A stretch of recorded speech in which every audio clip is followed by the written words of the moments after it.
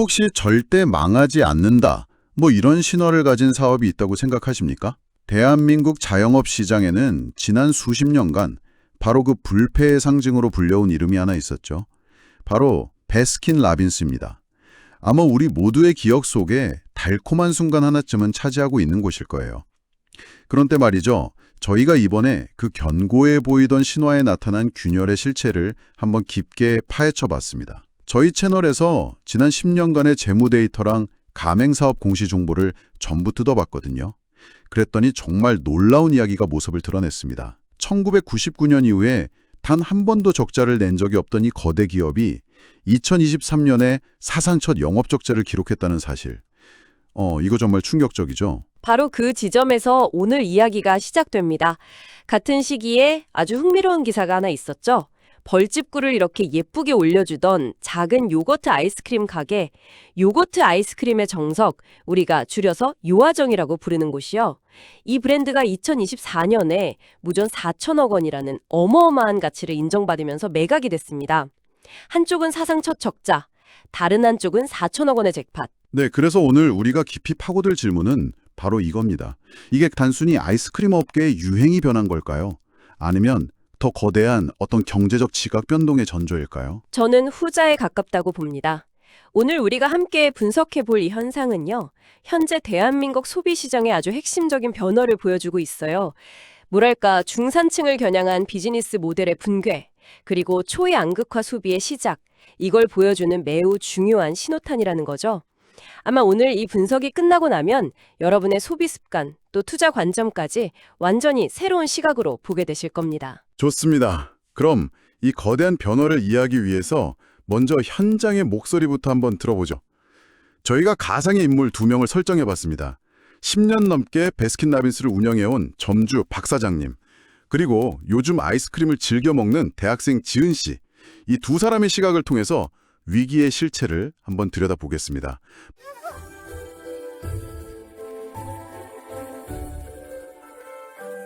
먼저 박 사장님은 이렇게 말합니다. 매출은 작년이랑 비슷한데 왜 통장에 남는 돈이 없는지 모르겠다. 사실 저도 이 말을 듣고 좀 의아했어요. 베스킨라빈스 매장 가보면 항상 손님들로 붐비잖아요. 이게 정말 구조적인 문제일까요? 아니면 그냥 엄살일까요? 전혀 엄살이 아닙니다. 아주 정확한 현실 진단이에요. 저희가 직접 데이터를 전수조사해보니까 그 이유가 아주 명확하게 드러났습니다. 바로 매출 원가율 때문입니다. 이게 뭐냐면 쉽게 말해서 10,000원어치 아이스크림을 팔면 원재료 값이 얼마나 들어가냐, 이 비율이거든요.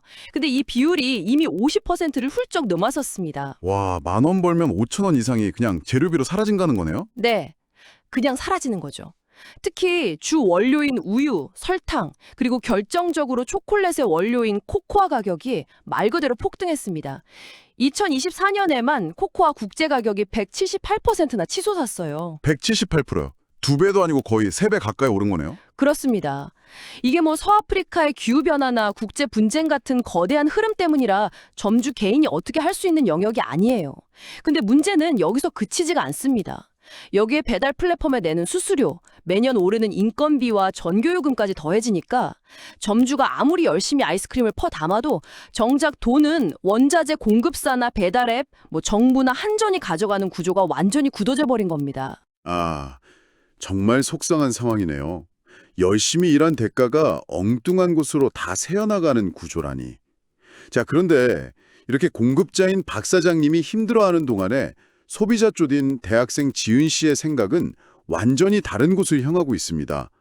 지은 씨는 배라는 좀 애매해요 라고 딱 잘라 말하죠.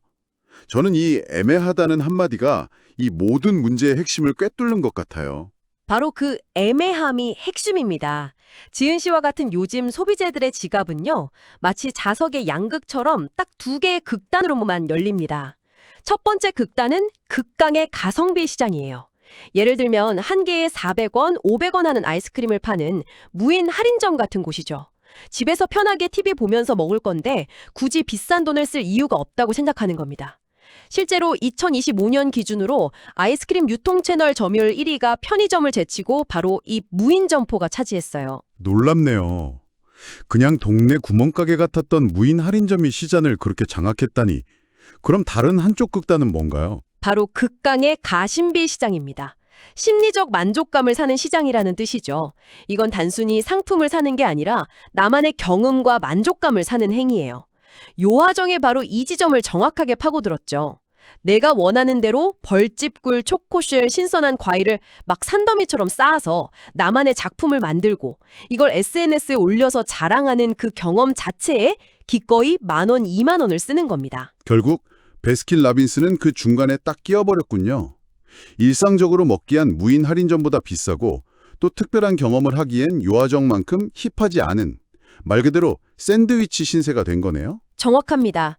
그리고 이 샌드위치 위기는 단순히 경기가 안 좋아서가 아니라요. 저희가 분석하기로는 거대한 3가지 구조적인 쓰나미가 동시에 덮쳤기 때문에 발생했습니다. 자, 그럼 그 거대한 쓰나미의 실체를 하나씩 파헤쳐보죠. 첫 번째 쓰나미는 방금 이야기 나는 원가의 배신이군요. 비알코리아의 손익계산서를 보면 2022년에 339억 흑자에서 2023년에 290억 적자로 1년 만에 이익 600억 원이 그냥 증발해버렸는데 이게 단순히 코코아가 폭등만으로는 다 설명이 안 될 것 같습니다. 뭔가 더 근원적인 문제가 있는 거 아닐까요? 맞습니다. 더 근본적인 문제는 원가 상승 그 자체가 아니에요. 오른 원가를 판매 가격에 반영할 수 없는 가격 전가력의 상실. 영어로는 프라이싱 파워라고 하죠. 이 힘을 잃어버린 데 있습니다.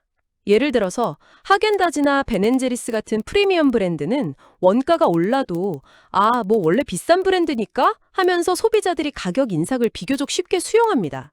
하지만 베스킨라빈스는 어떤가요? 동네마다 있는 친숙한 브랜드라는 이미지가 너무 강하죠. 그렇죠. 베스킨라빈스가 가격을 올리면 아유 월급 빼고 다 오르네 하면서 바로 소비자 저항에 부딪히죠. 온라인 커뮤니티에는 이제 베라 손절한다 이런 글들이 막 쏟아지고요. 대중적인 브랜드라는 점이 오히려 발목을 잡는 셈이네요. 바로 그겁니다. 원가는 시장 논리에 따라서 계속 오르는데 판매가는 여론의 눈치를 보느라 마음대로 올리지 못하는 이 최악의 상황에 갇혀버린 겁니다. 이게 첫 번째 쓰나미의 본질입니다. 알겠습니다. 비용 구조가 완전히 무너져 내린 상황이군요. 그렇다면 두 번째 쓰나미는 뭔가요? 이게 바로 요하정의 성공과 직결되는 이야기일 것 같은데요. 두 번째 쓰나미는 커스터마이징의 역습. 저희는 이걸 디저트의 레고화라고 부릅니다. 요하정 성공의 핵심은요. 단순히 맛있는 요거트 아이스크림을 팔았기 때문이 아니에요. 소비의 주도권을 소비자에게 완전히 넘겨주렸다는 데 있습니다. 한번 생각해 보세요. 베스킨라빈스의 방식은 우리가 만든 31가지 훌륭한 맛 중에 골라보세요라는 어찌 보면 공급자 중심의 방식입니다. 선택지는 많지만 결국 정해진 틀 안에서 골라야 하죠. 하지만 요하정은 이게 기본 베이스고 여기 수십 가지 토핑이 있으니 당신만의 작품을 직접 만들어 보세요. 이런 식이군요. 소비자가 직접 창작자가 되는 경험을 제공하는 거네요. 그렇습니다. 바로 이것이 자신만의 개성을 표현하고 또 그것을 SNS에 공유하면서 인정받고 싶어하는 잘파 세대의 소비 심리를 정확하게 저격한 겁니다. 여기서 아주 재미있는 현상이 나타나는데요. 베스킨라빈스의 이달의 맛은 누가 정하죠? 당연히 본사 마케팅팀에서 정하겠죠. 맞습니다. 하지만 요하정의 강민경 조합이나 입짧은 햇님 조합 같은 건 누가 만들었을까요? 바로 소비자들이 스스로 만들고 퍼뜨린 문화입니다. 소비자가 직접 참여해서 브랜드를 가지고 놀고 새로운 문화를 창조하는 거죠. 이 과정에서 요하정은 힙한 브랜드가 되고 상대적으로 베스킨라빈스는 본사가 정해준 것만 따라야 하는 좀 낡은 브랜드처럼 보이게 된 겁니다. 이것이 두 번째 쓰나미의 위력입니다. 정해진 메뉴판을 제공하는 레스토랑이랑 내가 원하는 재료를 골라 담는 샐러드바의 차이처럼 느껴지네요. 소비의 패러다임 자체가 바뀌고 있다는 신호군요. 그럼 마지막 세 번째 쓰나미는 뭔가요? 프리미엄 시장을 요하정에 뺏겼다면 저가 시장은 누가 잠식하고 있었을까요? 건비와 인테리어 비용이 거의 없는 무인 아이스크림 할인점입니다. 이들의 가장 강력한 무기는 고정비 파괴예요. 베스킨라빈스 점주가 매달 수백만 원의 아르바이트생 인건비와 주기적인 리뉴얼 비용으로 수천만 원을 쓸 때 무인 점포는 그냥 냉동고 전기세만 내고 24시간 장사를 하는 거죠. 사실 규모의 경제 때문에 베스킨라빈스가 공급받는 아이스크림 원가가 무인 점포보다 훨씬 쌀 수도 있을 텐데요. 그런데도 인건비나 임대료 같은 고정비 차이가 그걸 다 상쇄하고도 남는다는 거군요. 그렇습니다. 소비자 입장에서도 그냥 집에서 편하게 TV 보면서 먹을 아이스크림인데 굳이 예쁜 매장에 가서 비싼 돈 주고 살 필요가 있나 이런 생각이 드는 거죠. 결국 일상제로서의 아이스크림 시장은 무인 점포에 완전히 빼앗기고 특별한 경험제로서의 시장은 요아정 같은 커스텀 브랜드에 빼앗기면서 베스킨라빈스는 설 자리를 잃어가게 된 겁니다. 이것이 세 번째 쓰나미입니다. 자, 여기까지 듣고 나니 베스킨라빈스의 미래가 정말 암울해 보입니다. 원가, 트렌드, 경쟁 구도 어느 것 하나 유리한 게 없네요. 만약 제가 가맹점주라면 당장 계약을 해지하고 싶을 것 같은데요. 그런데 당신이 보내준 공정거래위원회 데이터를 보고 저는 정말 깜짝 놀랐습니다. 이 모든 위기 상황에도 불구하고 베스킨라빈스의 패점률은 여전히 1% 미만으로 업계 최저 수준이고요. 심지어 매장 수는 오히려 계속 늘어나서 1,750개를 돌파했다는 겁니다. 아니, 적자가 나는데 매장은 왜 늘어나는 걸까요?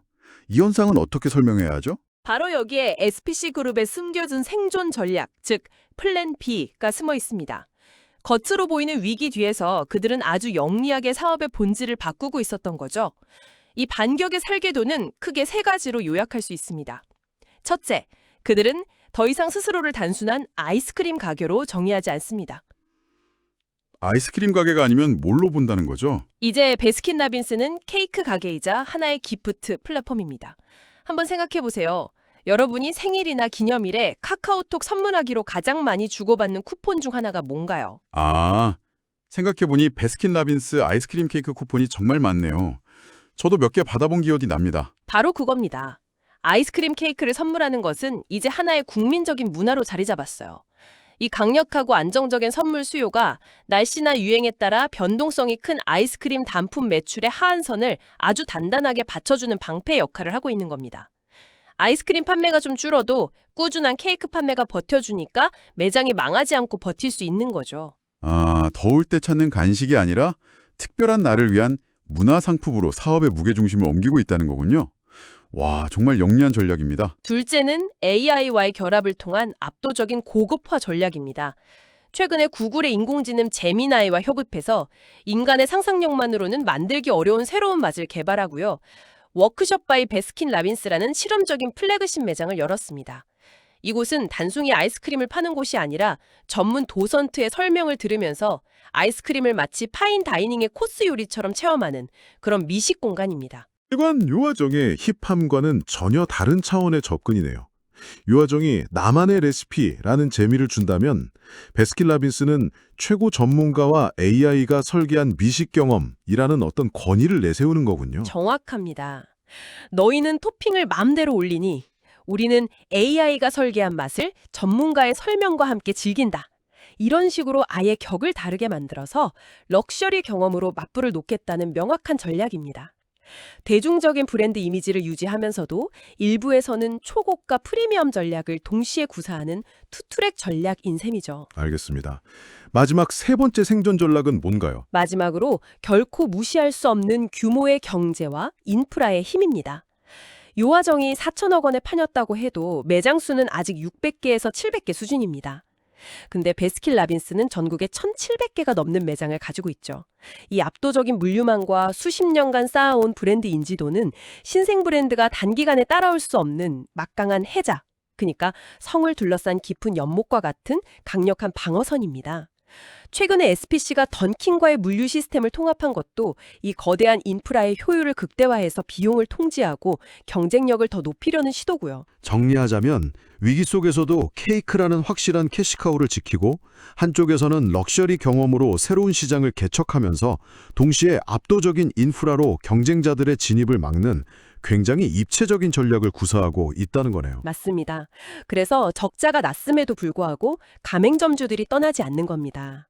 단기적인 수익성 악화보다는 브랜드의 생존 전략과 그 장기적인 비전을 믿고 있는 거죠. 오늘 우리는 베스킨라빈스와 요아정의 사례를 통해서 2026년 대한민국 경제의 축소판을 들여다봤습니다. 정말 흥미로운 분석이었습니다.